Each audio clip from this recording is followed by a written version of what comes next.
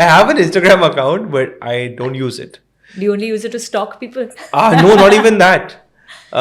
So I only got on Instagram a year ago because my marketing team picked up my phone. So you're not on Instagram, so Yeah. they installed it on my phone. And okay, so I know what Instagram is. My Right. wife uses it. My friends extensively use it. But I'm just if I ask something Sure. little stupid, then No, don't take it. don't worry. I mean, for you and for everyone else Yeah. listening. But yeah, Instagram. So I'll be very honest. For the longest time, until about, I think, maybe COVID is when it changed for me. I had a private account on Instagram. Okay. I myself, I find it a little intrusive. I Yeah. find it a bit too much. Yeah. I, till date, struggle with Instagram and reality. That whole Instagram versus reality concept is very real. I am myself not entirely convinced as to how much should you put out there. Yeah. But yes, if it works for you, and if you are that person who's happy to put your life out there, please use it to your advantage, because it really does work. So my shift in mindset only happened when Instagram started to get more popular. And I had a lot of clients who were like, but you have a private account and you're telling us that we should have a full Instagram account. Right. And I said, yeah, okay, that makes sense. I need to test this out for myself. Okay. So for me, it was a trial of a test. And there was no team that was going to do this for me. So because it was COVID time, everybody had the time. I started putting out a lot of my personal stuff, which was food and stuff that I do outside of work. Right.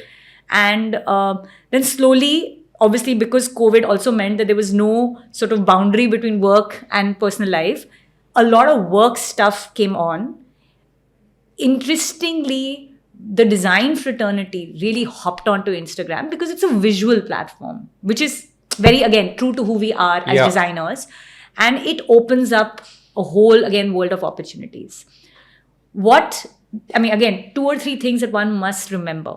It's a visual platform. You do need great looking visuals. If you're going to go in for the play of words, even then, visually, it has to look interesting. Yeah. 2, Instagram is giving you the opportunity of the hashtags. Yeah. Right? If one is looking to build up their page, you can't shy away from the hashtags. So that's, again, one thing one must keep in mind. And a hashtag strategy is not just driven by what is trending. It is, again, driven by the audience that you are targeting. Who is the audience that you're targeting? What are the hashtags that they are following? And then your content is created accordingly. Third, Instagram is very driven by data and algorithms. While yes, good content is critical, there is no point in putting one post in a week and not keeping yourself abreast with the algorithm changes, because no matter what you do, you won't find traction. Yeah. It could be, I think 90% of the people I meet, they're like, we're just scared of Instagram. And I will write that perfect post. And what I keep telling them is the post doesn't need to be perfect. Yeah. The very word Instagram means that it has to be instant. Yeah. By having a very curated, you actually don't need agencies or, to create Instagram content for you. The premise of Instagram is that it needs to be instant. You're at site, you put a story. You finished a 3D, you put a post. Yeah. You have, you're partying today, yes, put a story out, because that's who you are. Don't show that you're drunk, but show that you're having a good time. And it's okay if your real side is the drunk side, please go ahead and post it.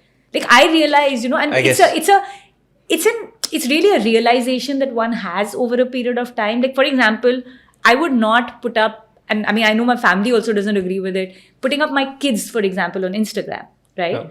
But then I genuinely feel that there is a real side to me. My kids they are a part of my life. Yeah. Why should my posts only be very curated and only about my work? So occasionally there is a kids post. If I feel there's an instant moment with my kids, I will put it out there.